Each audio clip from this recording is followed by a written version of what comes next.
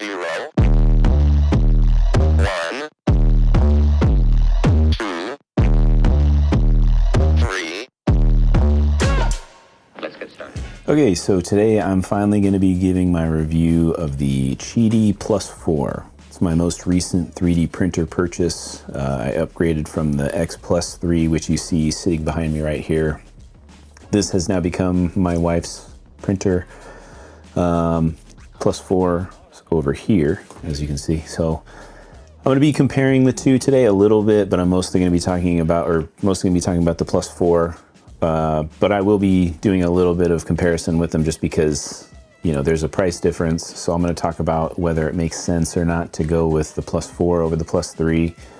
At the time of filming this video, the Plus 4 is closer to $800 and the Plus 3 is on sale for $499 on their website. So those are things to take into consideration as we're talking about all of this. But anyways, right off the bat with the Qidi Plus 4, let's address the elephant in the room. Is it a fire hazard? Is it going to burn your house down, right? Because that's the big thing. Like 2 months ago or whatever, some guy posted a Reddit thread saying that his Plus 4 burned his house down.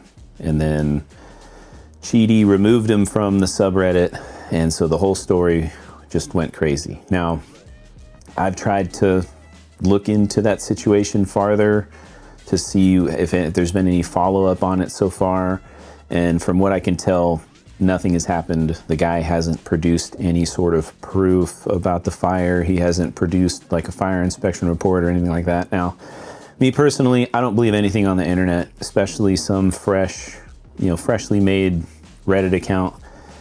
Did the guy's house burn down? Maybe. Was it because of a Qidi? Maybe. But there's so many other factors at play that story really means nothing to me. And I wouldn't even, if you're considering getting a Plus 4, I would completely ignore that story because it's not a realistic representation of what you can expect from buying one of these printers. You know what I'm saying? There are millions of 3D printers out in the wild right now. And I promise you, I can say with 100% certainty, there's not a doubt in my mind, most of those printers are not catching fire. I can say with beyond any shadow of a doubt that it is extremely rare for a printer to catch fire. So with all that being said, the issue with the Qidi Plus 4 was when it first came out, there was a module related to power delivery that was burning up and smoking inside of people's units, and there was reports of it causing fires. The only video I've ever found is of just parts smoking, which is obviously not good. I'm not trying to say that's okay, but there's no video that exists of them just bursting into flames. Okay, but Qidi addressed the issue, they handled it. They offered everybody either a refund or replacement parts to fix the printer, right? So they alleviated the issue. The new printers come with the part already replaced, so you don't have to worry about it. Now, I personally have run this printer as hard as I possibly could. I've printed for multiple days straight with the print head at the nozzle temperature at maximum, bed temperature at maximum, chamber temperature at maximum. Okay, multiple consecutive days printing. Now, to be fair, I did smell a little bit of that, you know, like hot electronics smell, but there was no smoke, there was no fire. The printer handled it just fine. In the 2 months since I've had this printer, I've put hundreds of hours on it. It's printed continuously for long stretches of time. And as soon as I finish one job, I go straight to the next one, you know? So if you're worried about the printer being a hazard or unsafe or anything like that, you can put that out of your mind. These printers, statistically speaking, are plenty safe, all right? A lot of people just hate on Qidi because it's a Chinese company, you know? But me personally, I've had good experiences with them. You know, I had a couple of warranty issues with my X Plus 3. They handled them super quickly. They sent me parts, you know, really fast. The parts come from China, but they'd send them with, so the mail that they'd ship them with is so fast, they'd get here within a couple of days. So my experience with customer service and all that stuff with Qidi so far has been good, right? That whole long spiel that we just went on was just a long way to say you don't have to worry about that particular aspect, okay? They're safe. You don't have to be concerned. Now, what do I think about the Qidi Plus 4? Was it worth it to upgrade from the Plus 3? Like, does it come with enough features that it really matters? Do I care? First and foremost, I will say that it is definitely an upgrade, but how much of an upgrade is really subjective. But considering that this one is closer to 800 and this one's closer to 500, I don't know if there's $300 worth of upgrades in it for me personally, but that, like I said, it's going to depend a lot on you. One of the things that the Plus 4 comes with right out of the box is a Wi-Fi camera, which is really nice. You can get a Wi-Fi camera for the Plus 3, but you got to pay for it separate and install it yourself. So it's nice that there's just a camera already in it, ready to go. One quirk with the camera is that it's not set to the maximum resolution out of the box. You have to go into the INI file or the config file. You have to manually tell it to go to the maximum resolution, so that's kind of lame. And that's a reoccurring thing with Qidi in general. And I'll lead off with the negatives. Qidi's software is really wonky. Like, the printer is supposed to have the ability to do time lapses where it parks the head, takes the picture, and then resumes printing, right? But it can't do that, because it loses its orientation every single time it tries to park the head, and it like grinds the freaking belt and does all sorts of crazy stuff. Like, the first time that I tried to do that with the time lapse, I thought, the printer was having some sort of like major issue. But then I went online and looked it up, and it's just like a thing that's a known issue with Qidi. Like, their software, they haven't figured out the G code to make it be able to park the head and find its place again. I don't know, but it's a known issue. It hasn't been fixed, and the Plus 4 at this point has been out for like almost a year. So their software is not great. Like I said, that's just one aspect of the software. The camera comes out of the box at the wrong resolution. You can't use the park head function, which isn't like a deal breaker, but it is really lame that I can't use that, because I like making the time lapses. The time lapses are cool, but if you can't park the head, you're ruining most time lapses unless you know how to orient the frickin' print specifically, and you get lucky with where the head is when it takes the picture. So that sucks. They need to fix that. They could definitely fix that with a software update. Also, the beds, there's this thing on the bed where there's like a little piece of the corner is missing at the bottom and at the top. And you're not really losing print area per se, but visually it drives me insane to like look at my platter on the computer screen and know that there are and see visually that there are specific areas where it won't print and I can't put anything there. Like, it just bothers me. Like, I'm not looking at a perfectly square print area. I'm looking at a mostly square print area with these little defects in the corners. So I don't like that. The Plus 3 didn't have that. It was just a square print area on the thing, So software, like I said, software's wonky with Qidi, and I'll fully admit that. The screen is kind of slow to respond. Like, I don't know what kind of processor they have on the printer, but when you're going through the menu on stuff, and I'll show some B-roll footage of me like trying to scroll through the menu, it just takes a long time to load. Like, you'll push to go to the part of the menu where you select the print jobs, and it takes a second to get there, and then takes a second to load all the pictures of the jobs. And while it's loading, you can't do anything. You have to wait for it to load. You can't like if you know that the job you want is at like the bottom of the list, you can't go to that and then start scrolling immediately past that. Like, it's just slow. I don't know. It seems weird because the Plus 3 didn't have these, it didn't feel as slowed down as the Plus 4. The Plus 4 is doing a lot more because it's, already got the camera on board and everything. But it feels slower. You know what I mean? That aspect of the interface feels clunkier than it should. But it's not like a deal breaker. It's not like it's so slow that I'm sitting there going like, oh my God, hurry up, or anything like that. It's something that you notice, if you print a lot off of it. Like, if you have a print that's loaded onto the printer and you run that same print a lot, you'll notice it when you go to look for that print over and over again. So there's that. It does the thing where it purges every time that it runs a new print, which is good. I mean, you want it to purge, but it shoots all the purge just straight out of the back. So you have to either put a box back there or print like a little slide that lets it roll around the front or something. Like the way that it handles the filament purge is kind of sloppy.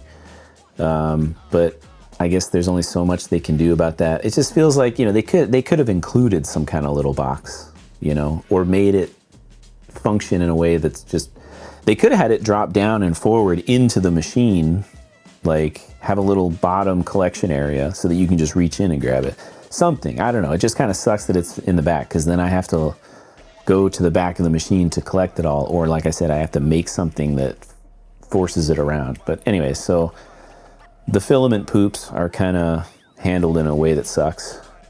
But, what can you do? That's not the end of the world. I understand that they're just, they have their own multi-material system on the way. So they have to have some system of, purging and purge management. So like, I get why the printer is set up the way that it is, but they could have handled that aspect a little more elegantly.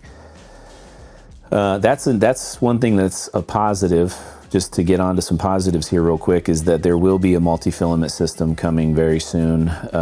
You can't get it yet, but it's going to be similar to what you can get from Bamboo, where it's just a box that sits on top, and then you can load in different colored filaments or different types of filaments and tell the printer to print different stuff, and it'll have to purge in between or whatever. But I'm trying to think if there's any more negative aspects before I move into the positive sides of the printer, because I just want to get all the negative stuff out of the way. Like, I already know that there's going to be people, looking for all the bad stuff. And there are things too that I just never experienced that I saw other people having negative issues with. Like, a lot of people had issues with, the Z height. A lot of people had issues with running their heads into the bed or whatever. But I think that there were a lot of software issues that got patched over the course of the first 6 to 9 months. And so by the time I got mine, a lot of the issues that you see in early reviews had already been fixed. Because there is a lot of stuff. If I go watch an early review of the Plus 4, there's a lot of stuff that they complain about that I just never experienced, and it all seems software related. But okay, so let's get into the good stuff now. Okay, we don't have to sit here and just harp on all the negative stuff the whole time. But the nozzle can go to 370. The bed can go up to 100 degrees. The chamber can go up to 65 degrees, I believe. Yeah, this has an active chamber heater that can go up to 65 degrees. The unit itself, the printer, is insulated, so it does a better job at retaining the heat, and it helps to heat the printer up faster. Like I said, it comes with a camera right off the bat, so whenever you print, you immediately get a time-lapse video of the print, which is really cool. It comes with a big LED light bar inside in the front, so the lighting in the printer is actually really good, which that's something that a lot of people kind of just take for granted or just don't really mention a lot of the times, is most 3D printers are just dark. Like, even with the Plus 3, I'd always end up having a flashlight shining in there because there's just no good lights, in the printer. Or at least they're just not as bright as I'd like them to be. So this one's a lot brighter, which is nice. The Plus 4 has an app, which is cool. I don't think maybe the Plus 3 had an app too. I guess I probably should have looked that up. But I've never, if the Plus 3 had an app, I never used it, or it just never even occurred to me. But the Plus 4, I use the app because it allows you to look at the camera. So you can check on a print without having to actually, go to the printer, which is nice. I like having that kind of connectivity. But actually, that just made me realize one more negative with the app. Every time I open the app to check on the printer, it would change my fan settings. So that's just another quirk with Qidi's software, like, there's a lot of random stuff you can do that will lead to unintended consequences. And if you don't notice that it's happening, you're just gonna end up with a problem and not understand why it's happening. Like if I hadn't noticed that opening the app shut down most of my fans, I would have just started having, you know, a bunch of print issues. Like the quality of the print would have started to deteriorate very quickly. But so anyways, that's just something to keep in mind. But I do like the app just because, you know, I like the fact that I can check on the printer remotely. Okay, as far as quality of app goes, it could definitely be better. I feel like most Chinese apps are terrible these days. So it's not the end of the world that this one's not the greatest, but it's functional enough that I can use it for exactly what I want to use it for. But like I said, there's quirks to keep in mind. Another positive would just be the fit and the finish. The Plus 4 definitely looks nicer than the X Plus 3, and it just has a more premium feel all around. You know, instead of the plastic top and the plastic door on the Plus 3, the X Plus 4 has tempered glass on the front and tempered glass on the top, and it just looks really slick. It also contains the sound a lot better. The Plus 4 is definitely quieter than the Plus 3. It's noticeable, the difference in sound, especially when you have the top closed and the door closed. So fit and finish, just the overall polish of the product is definitely higher on the Plus 4. So I have to give them credit for that. It looks pretty similar to the Bamboo, I'd say. You know, I mean, maybe they were, you know, kind of, but a lot of printers these days have that look. You know, you look at most of the brands and their mainline flagship printer is going to look pretty similar to Bamboo's flagship printers. Okay, so now on to print performance. Now, honestly, there's not like a huge leap between the Plus 4 and the Plus 3, right? Obviously, the Plus 4 is newer and has some slight upgrades, but if you're looking at upgrading from one to the other, just know in advance that you're still gonna basically be getting the same prints, okay? So going from one to the other isn't gonna be a big upgrade in quality as far as what's coming out of your machine. It might be a slight upgrade, but not like, it's not gonna be a big difference. The major difference between these two is just going to be the capabilities that the Plus 4 has that the Plus 3 doesn't. You know, the Plus 3 already has a really good nozzle temperature. You know, 350 is one of the highest that you can get already. It already has a good chamber good chamber heater. It's already got good bed temp. Like, you can already print just about everything out of the X Plus 3. The Plus 4 just gives you a slight advantage and gives you just that little bit more heat to be able to comfortably print, you know, slightly more exotic materials, okay? So that brings me to my final overall, like, is it worth it to spend the extra couple $100 and get the Plus 4, or is it worth it to get the Plus 3? Honestly, it depends on your budget and what you want to do. If you know you're going to be printing with materials that require a nozzle that can go over 350, then the Plus 4 is a no-brainer. And I'm talking about a no-brainer versus all of the printers that are on the market right now. Even the brand new Bamboo printer that just came out, that's, you know, quadruple the price, can't even get to the same temperature as the Plus 4. It can only reach the temperature of the Plus 3. You know, obviously it can do all sorts of other stuff, and Bamboo makes great printers, but the price difference is crazy, okay? So for under $800, you're getting a printer that can print basically any consumer filament on the market, and it can do it very well while not entirely breaking the bank, and also coming with a decent warranty. You know, like I said, I've had good experience with Qidi's warranty. Other people have not. Your mileage may vary.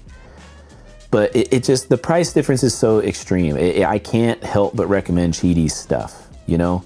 The Plus 4 is great. If you're in the market for a Bamboo, you should genuinely consider the Plus 4. But if you're just in the market for a printer in general, like you're looking for your first printer, then I would say get the Plus 3.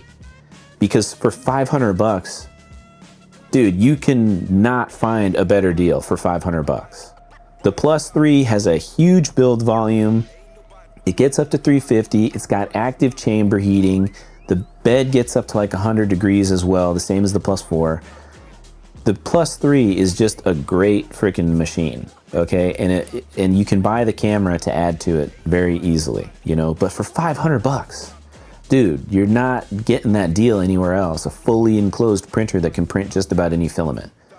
So that's how I would put it. If you're in the market for a new printer, right? If you're new to 3D printing, 100% get the X Plus 3. It's worth it. It's on sale all the time for 500 bucks. It's totally worth it. If you're thinking about upgrading, if you're in the market for a new printer, you've already got a printer, then consider the Plus 4, okay? Like if you already have a Plus 3 and you're looking for an upgrade, get the Plus 4, it's an easy upgrade. If you're in the market for a Bamboo and you're just looking at other printers, consider the Plus 4, because you'll save a significant amount of money and you'll get all the same features, including, like I said, the multi-material system, which is coming. So right now, the Bamboo has an advantage in that respect, but that advantage will eventually go away. So overall, I'd say it's a really good printer. I would definitely recommend it. If you're in the market, if you are on the fence about whether or not to pull the trigger on the Plus 4, I would say 100% pull the trigger. It's a great printer, okay? If you're brand new to 3D printers and you're looking for your first 3D printer, go with the freaking Plus 3, save yourself a little bit of money, and have a printer that's gonna be able to print anything, okay? Both of the printers are awesome. I'd recommend both of them. I have a separate video on the Plus 3, but Plus 4 is a 100% would recommend. So if this video was helpful to you, if you like this kind of content, please feel free to like the video and subscribe to the channel. If you want to support this channel directly, you can find me over on Patreon, or you can also become a channel member here on YouTube. Both of those options get you access to a members-only Discord. So yeah, that's all. We'll see you guys in the next one.